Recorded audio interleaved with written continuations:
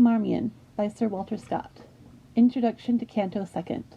To the Reverend John Marriott, A.M. Ashestal, Eltrick Forest. The scenes are desert now, and bare where flourished once a forest fair, when these waste glens with copse were lined, and peopled with the hart and hind. Yon thorn, perchance, whose prickly spears have fenced him for 300 years, while fell around his green compeers, yon lonely thorn, would he could tell the changes of his parent dell, since he, so grey and stubborn now, waved in each breeze a sapling bough.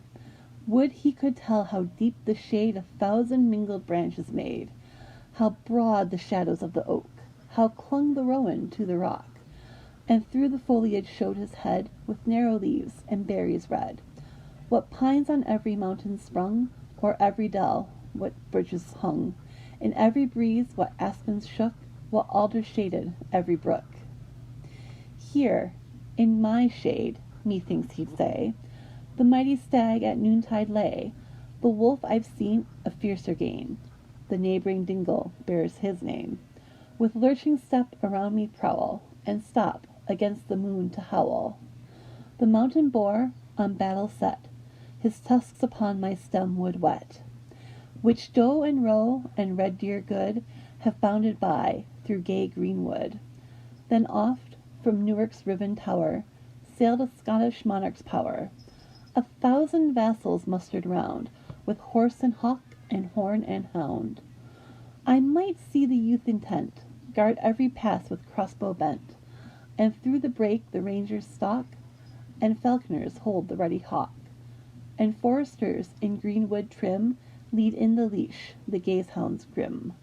Attentive as the brach's bay from the dark covert drove the prey, to slip them as he broke away. The startled quarry bounds amain, as fast the gallant greyhounds strain. Whistles the arrow from the bow, answers the harquebuss below. Well the rocking hills reply to hoof-clang hound and hunter's cry, and bugles ringing lightsomely. Of such proud huntings many tales yet linger in our lonely dales, up pathless Ettrick and on Yarrow, where erst the outlaw drew his arrow. But not more blithe that sylvan court than we have been at humbler sport. Though small our pomp and mean our game, our mirth, dear Marriott, was the same. Remember'st thou my greyhounds true? O'er holt or hill there never flew, from slip or leash there never sprang, more fleet of foot or sure of fang. Nor dull, between each merry chase, passed by the intermitted space, for we had fair resource in store, in classic and in Gothic lore. We marked each memorable scene, and held poetic talk between. Nor hill nor brook we paced along, but had its legend or its song. All silent now, for now are still thy bowers, untenanted Bowhill. No longer from thy mountains dun the yeoman hears the well-known gun, and while his honest heart glows warm at thought of his paternal farm, round to his mates a brimmer fills, and drinks, the chieftain of the hills. No fairy forms in Yarrow's bowers trip o'er the walks or tend the flowers, fair as the elves whom Janet saw by moonlight dance in Cutterhaw, nor youthful barons left to grace the forest sheriff's lonely chase, and ape in manly step and tone the majesty of Oberon. And she is gone, whose lovely face is but her least and lowest grace, though if to sylphid queen 'twere given to show our earth the charms of heaven, she could not glide along the air with form more light or face more fair. No more the widow's deafened ear grows quick that lady's step to hear. At noontide she expects her not, nor busies her to trim the cot. Pensive she turns her humming wheel, or pensive cooks her orphans' meal, yet blesses, ere she deals their bread, the gentle hand by which they are fed. From Yare, whose hills so closely bind, scarce can the Tweed his passage find, though much he fret and chafe and toil, till all his eddying currents boil. Her long-descended lord is gone, and left us by the stream alone. And much I miss those sportive boys, companions of my mountain joys, just at the age twixt boy and youth, when thought is speech, and speech is truth. Close to my side with what delight they pressed here of Wallace white, when, pointing to his airy mound, I called his ramparts holy ground.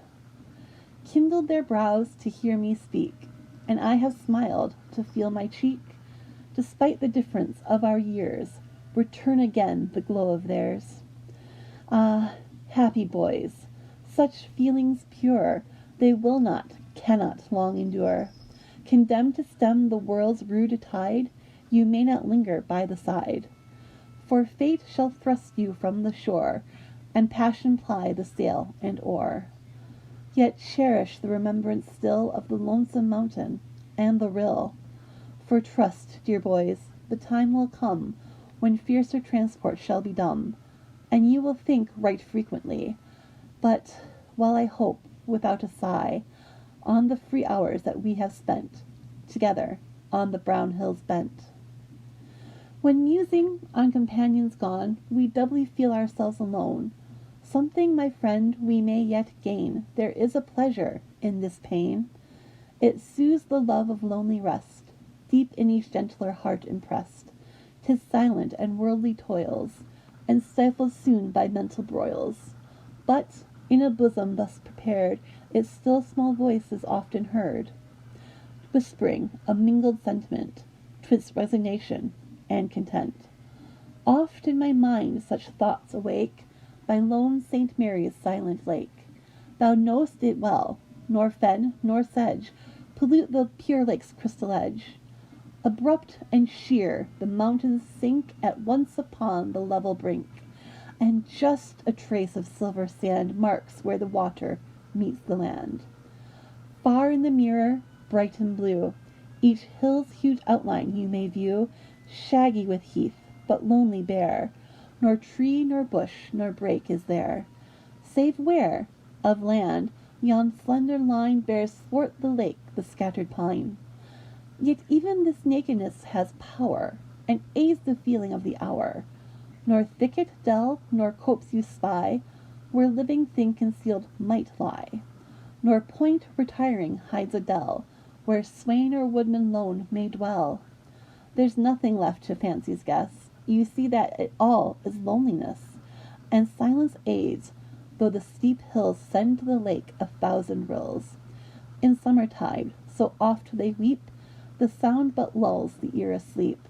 Your horse's hoof tread sounds too rude, so stilly is the solitude. Not living meets the eye or ear, but well I ween the dead are near. For though, in feudal strife, a foe hath laid Our Lady's chapel low, yet still, beneath the hallowed soil, the peasant rests him from his toil, and dying bids his bones be laid where erst his simple fathers prayed.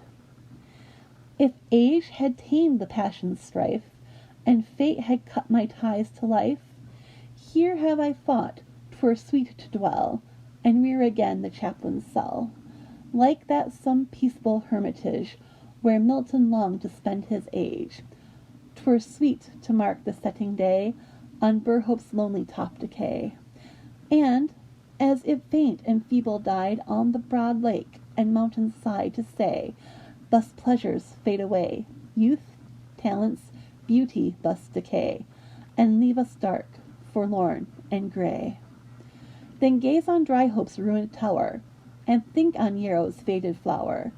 And when that mountain sound I heard, which bids us be for storm prepared, the distant rumbling of his wings, as up his force the tempest brings, 'twere sweet, ere yet his terrors rave, to sit upon the wizard's grave, that wizard's priest, whose bones are thrust from company of holy dust, on which no sunbeam ever shines. So superstition's creed divines.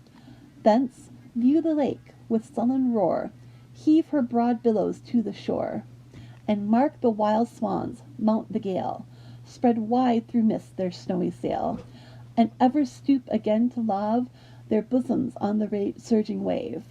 Then, when against the driving hail no longer might my plaid avail, back to my lonely home retire, and light my lamp, and trim my fire.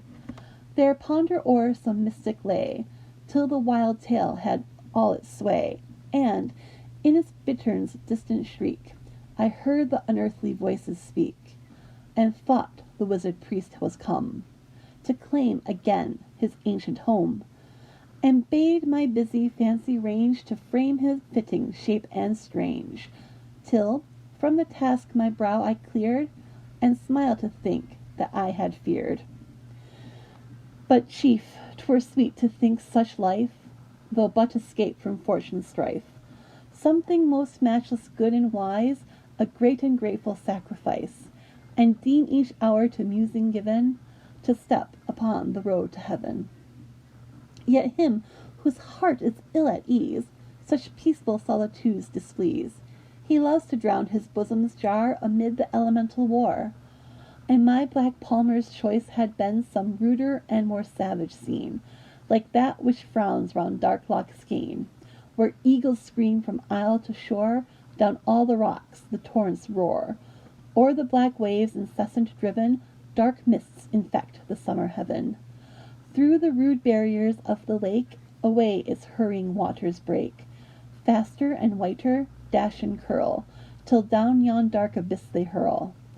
Rises the fog smoke, white as snow, thunders the viewless stream below, diving, as if condemned to lave, some demon's subterranean cave, who, prisoned by enchanter's spell, shakes the dark rock with groan and yell. And well that palmer's form and mien has suited with the stormy scene, just on the edge, straining his ken to view the bottom of the den, where deep, deep down and far within toils with the rocks the roaring Lynn, then issuing forth one foamy wave, and wheeling round the giant's grave, white as the snowy charger's tail, drives down the pass of Moffat Dale. Marriott, thy harp on Isis strung, to many a border theme has rung. Then list to me, and thou shalt know of this mysterious man of woe.